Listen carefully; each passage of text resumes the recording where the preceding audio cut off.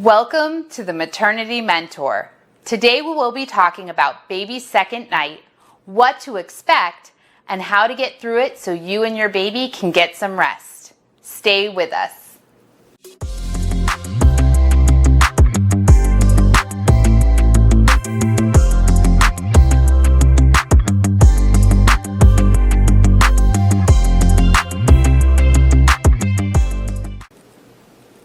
Hi, I'm Samantha. I've been a registered nurse since 2009, working in mother-baby postpartum, NICU, antepartum, and labor and delivery.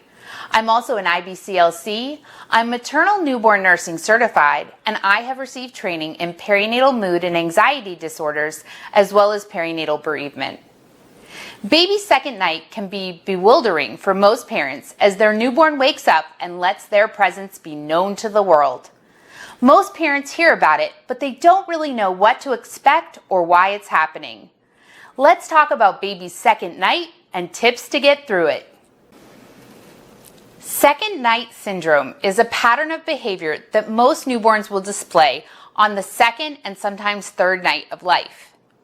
The theory is your baby wakes up after 24 hours of a deep sleep designed to help them recover from birth.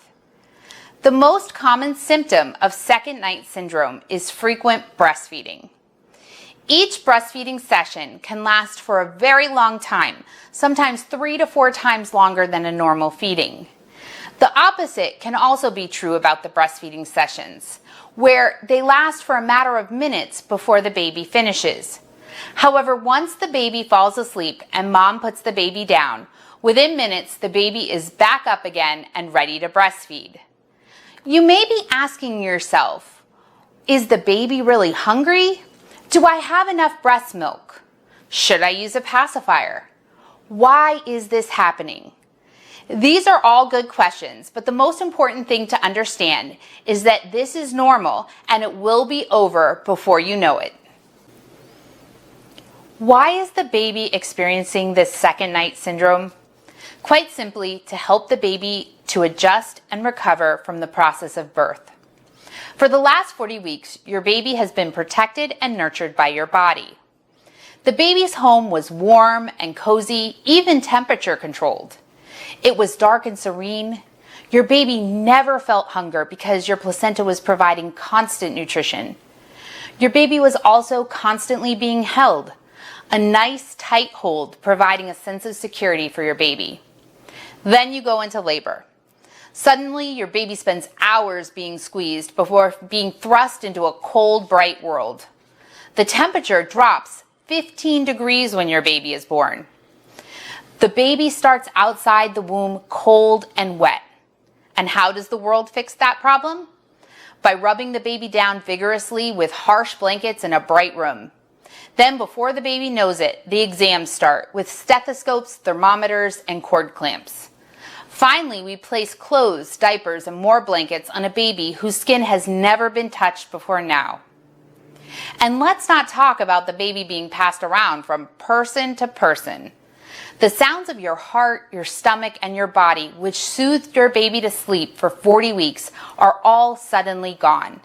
This can be overwhelming for your baby. Once their recovery sleep is over, the second night begins.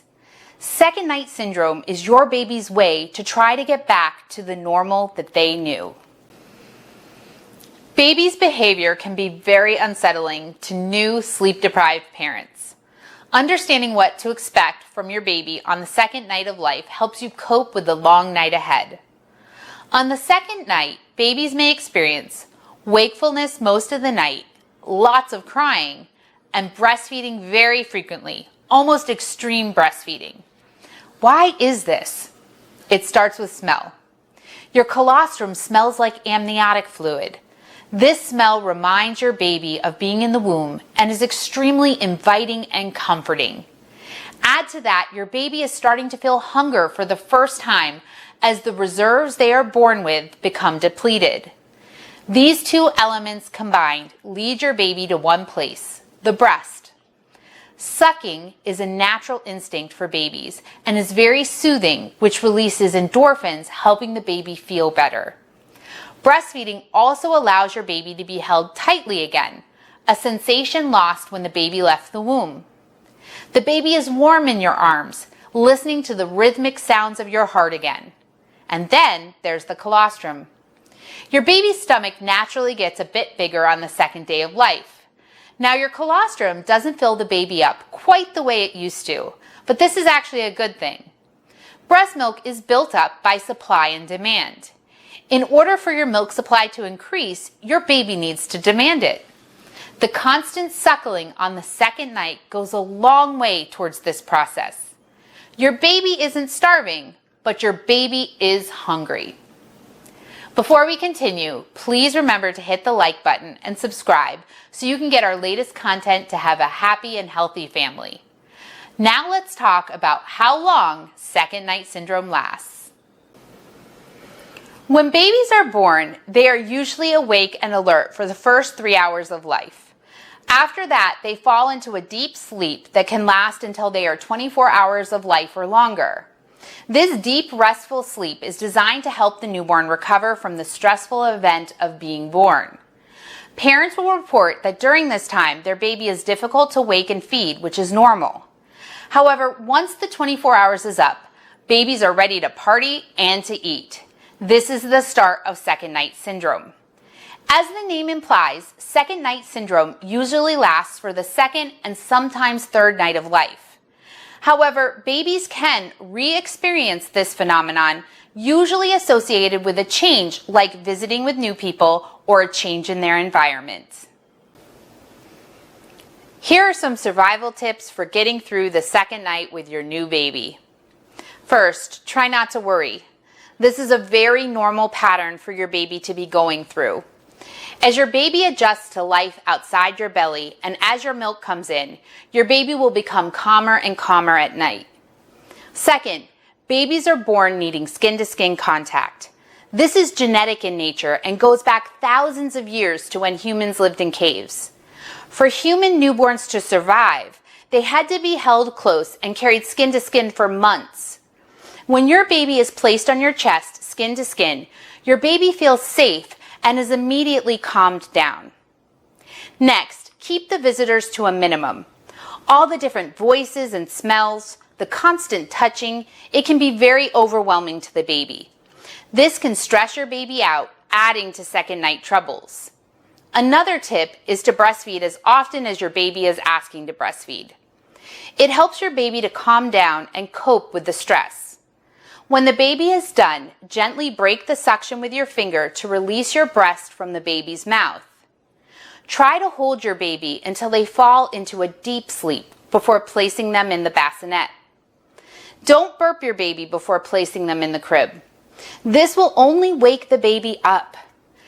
The next tip is to let your baby suck on their fingers or thumb. Your baby's hands were its play toys in your belly. It helped your baby learn about the environment around them. Your baby sucked on its fingers for comfort before, so let them do it again. Finally, remember these hard nights will soon be in the past. It's important to monitor your baby for warning signs that the crying is not a normal part of second night. Frequent feeding is normal and crying is normal on the second night. But one sign that is not normal is inconsolable crying. This is crying that won't stop and cannot be fixed by breastfeeding, changing the baby, or holding the baby close. No matter what you do, the baby cries. This is not normal. Make sure your baby has at least 2 wet diapers on the second day of life or hours 24 to hours 48 of life. Less wet diapers than this could mean dehydration, which is a serious concern for a newborn. While we always talk about crying on the second night, some babies may not cry and exhibit lethargy. This is when your baby won't wake up or breastfeed despite your best efforts. This is not normal and is very concerning. Poor feeding or going more than 4 hours between feedings is a warning sign on the second night of life. Babies on the second day of life who only breastfeed softly for 1 or 2 minutes every 3 or 4 hours is also a warning sign. If you see any of these signs and you are still in the hospital, ask for the nurse or pediatrician to check your baby.